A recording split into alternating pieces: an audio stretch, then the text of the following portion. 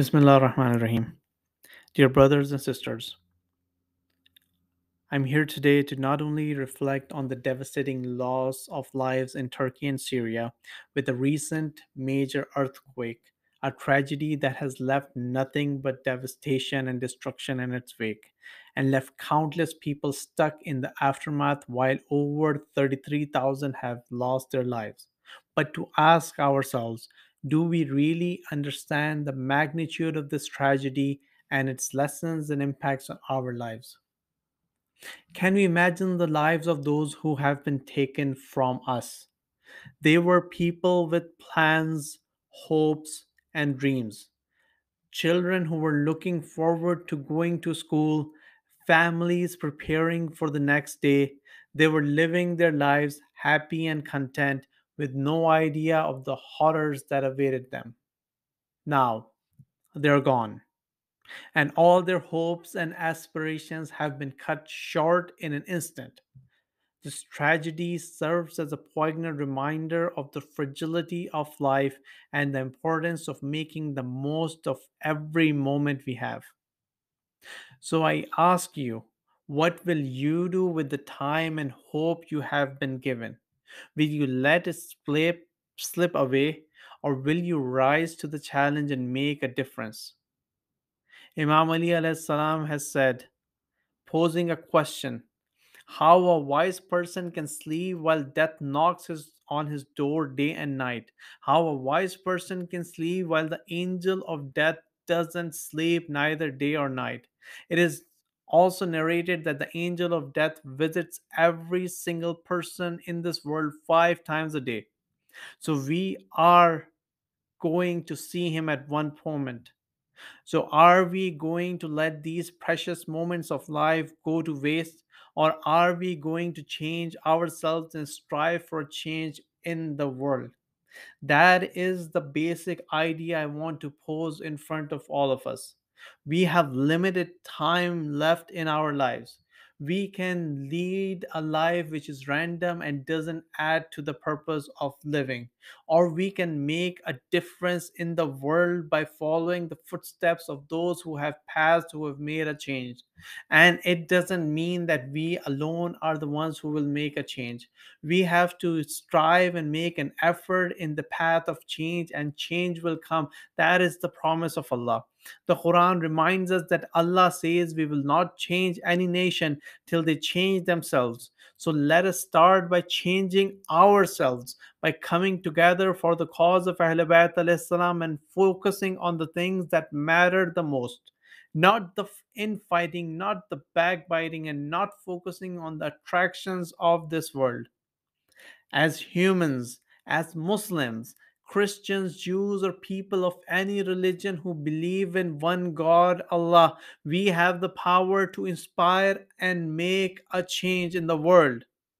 Let's draw on the inspiration from the life of Prophet Muhammad, peace be upon him. When he was offered everything in the world, he remained steadfast in his beliefs, declaring that he would never change. Even if the moon was placed on one hand and the sun on the other, he never gave in to the temptations and attractions of this life that the enemy and Satan attracted him towards and scared him from.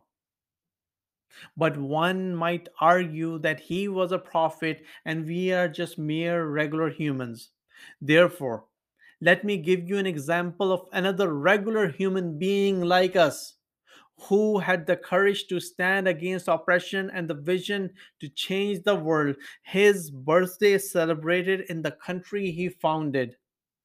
George Washington, the founding father and the first president of United States of America, was a true leader who exemplified determination, courage, and unwavering resolve. At a time when the future of the newly formed nation was uncertain, he stepped up to lead the Continental Army against the British. Despite facing numerous setbacks and challenges, he never lost hope and always remained focused on the goal of securing independence for his country. Washington's leadership was critical to the success of American Revolution. Had he not been at the helm, It's possible that the revolution could have failed and America might still be a colony of the British today. He rallied his troops, inspired them with his vision of a free and independent nation, and led them to victory against seemingly unsurmountable odds. Washington's determination was evident in his refusal to back down, even in the face of most overwhelming challenges. He understood that fight for freedom and independence was not going to be easy, but he never wavered in his commitment. He demonstrated his determination in his famous crossing of the Delaware River when he led his army to attack the British army position at Trenton and achieve a critical victory that turned the direction of the Revolutionary War. It was easy for Washington to stay quiet and let others do the fighting, but he understood that the true leadership required action, not just words. He put his faith on the line, leading his troops into battle and inspiring them with his bravery. His unwavering determination and leadership were key to the success of the American Revolution and the creation of a new nation. Humans have been created as the best of all creations by Allah, with a powerful and unrivaled capacity to shape the world around us. And those who follow the teachings of Ahl Bayt alayhi salam are very distinct, with a unique spiritual support system that gives them the power to lead humanity towards a better future. So what prevents us from embracing this true potential and becoming the transformative leaders that we are destined to be? The answer is ourselves, by developing the qualities of a good human being, a visionary leader, a practicing Muslim, a true follower of Ahl Bayt alayhi salam, we can overcome any and all obstacles and become unstoppable force of change.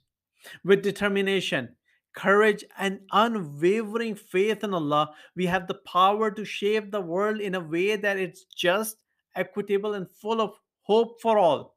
So let us not be held back by our fears or doubts, by our attractions of the world or love for this life, or the scared being the fear of this life, but instead rise up and become the leaders that our world needs us to be.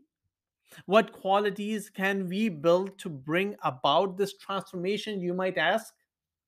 So, let me talk about 9 qualities that we should adopt and start practicing today. It doesn't take that long, it just takes effort and cautiousness.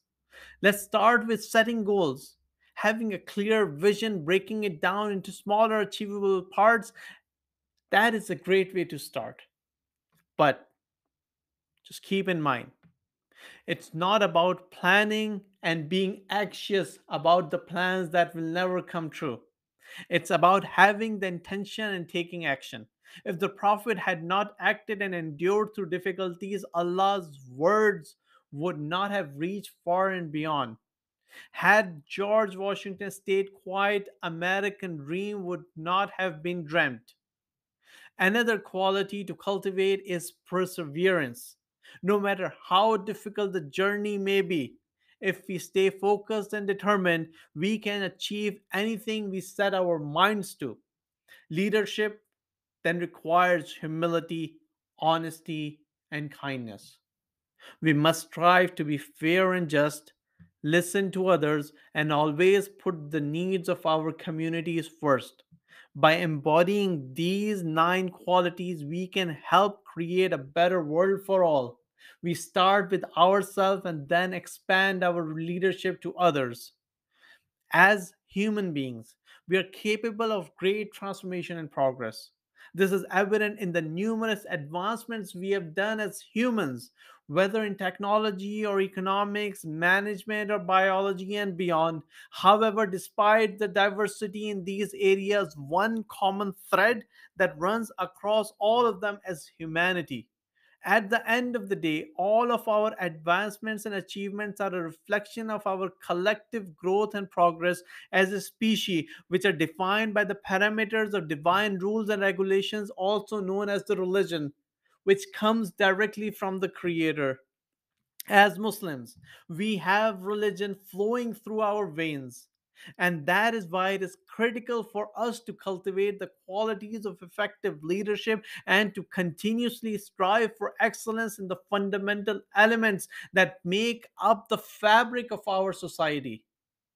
By doing so, we can not only drive progress in the various domains, but we can also ensure that our growth is sustainable, meaningful, and truly benefits all members of the society and is not limited to a certain section of the society driven by the capitalistic dreams. So let us embrace our leadership potential and work towards the future to shape a better, more thriving world for all. The Quran reminds us in Surah Al Asr that those who have faith and do good deeds are the ones who are truly successful. So let us take this opportunity to transform ourselves, to make a difference before it is too late. Let us be remembered for generations to come as powerful and inspirational human beings. Those leaders who had the courage to stand up, those leaders who had the courage to change themselves and make an impact on the entire world. Before I conclude, let me pose few questions. And if the answer to all these questions is yes by anyone who's listening, then they don't have to do any of what I've just mentioned. But if the answer is no, then they have to think about what they're doing and how they're changing themselves to change the world that they live in. The questions start with this: are we truly satisfied with the state of the world, the state of Islam, the state of Muslims, the daily injustices and violences that we see against humanity? Are we willing to remain passive in the face of breakers of the covenant of Allah on the day of Ghadir who are revered and not held accountable for their actions? Can we look in the face, in the eyes of Ahl Bayt alayhi salam after death and say, we kept quiet for the sake of unity of Ummah, even though we did not have the conditions of taqiyya? Can we remain comfortable knowing that our stomachs are full while 3.1 million children die every year of hunger? Can we remain silent while the usurpers of the house of Allah, uh, Kaabatullah, Al Bayt, closed Hajj and spent 64 billion to bring music, entertainment, and satanic tools in the land of Allah? And again, as I mentioned, if the answers to all of these questions is yes, then doesn't matter. We can stay quiet.